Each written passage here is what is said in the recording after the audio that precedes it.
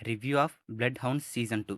ఎప్పటినుండో season 2 కోసం wait చేస్తే finally ఇప్పుడొచ్చింది. కొంచెం లేట్‌గానే స్టార్ట్ చేశాను. సో, అందుకే రివ్యూ లేట్‌గా పెడుతున్నా. 7 ఎపిసోడ్స్ ఉన్నాయి. రన్ టైమ్ అప్రాక్స్ 7 అవర్స్ వరకు ఉంది. ఇంక ప్లాట్ విషయానికొస్తే మన హీరో తన బాక్సింగ్ కెరీర్‌ని కంటిన్యూ చేస్తూ వరల్డ్ ఛాంపియన్ అవుతాడు. ఒక ఇల్లీగల్ బాక్సింగ్ లీగ్‌లో పార్టిసిపేట్ చేయమని విలన్ హీరోని ఫోర్స్ చేస్తాడు. హీరో నో చెప్తాడు. తర్వాత వీళ్ళిద్దరి మధ్య కాన్ఫ్లిక్ట్ పడుతుంది. తర్వాత ఏమైందనేది మనం ఈ సిరీస్‌లో చూస్తాం. ఇంకా ఓవరాల్‌గా ఈ సిరీస్‌లో ఈ సీజన్ ఎలా ఉంది అనే విషయానికొచ్చేస్తే మన వైఫై అండ్ మన టైం 2 100% గోల్డెన్ వర్తి.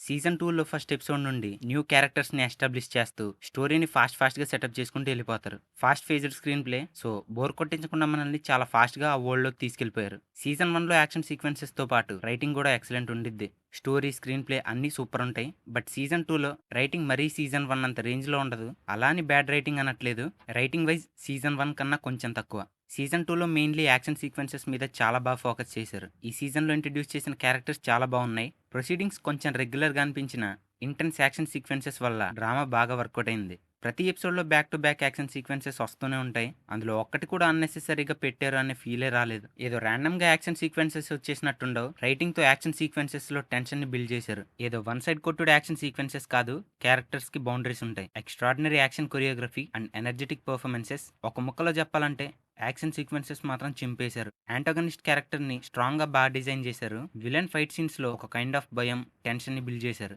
అండ్ విలన్ పక్కన సపోర్టింగ్ క్యారెక్టర్స్ ని కూడా బాగా డిజైన్ చేశారు. రైటింగ్ గురించి మాట్లాడుకుంటే simple story, fast phased engaging screen play.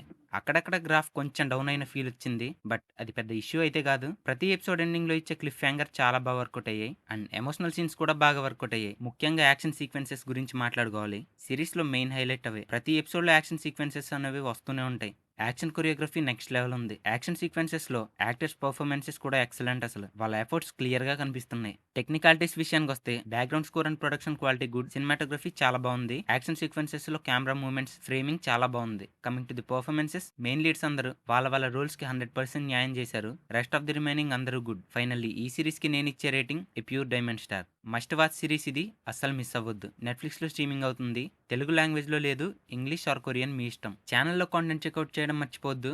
Quality film stuff దొరుకుతుంది. Let's meet in the next video. Signing off. By.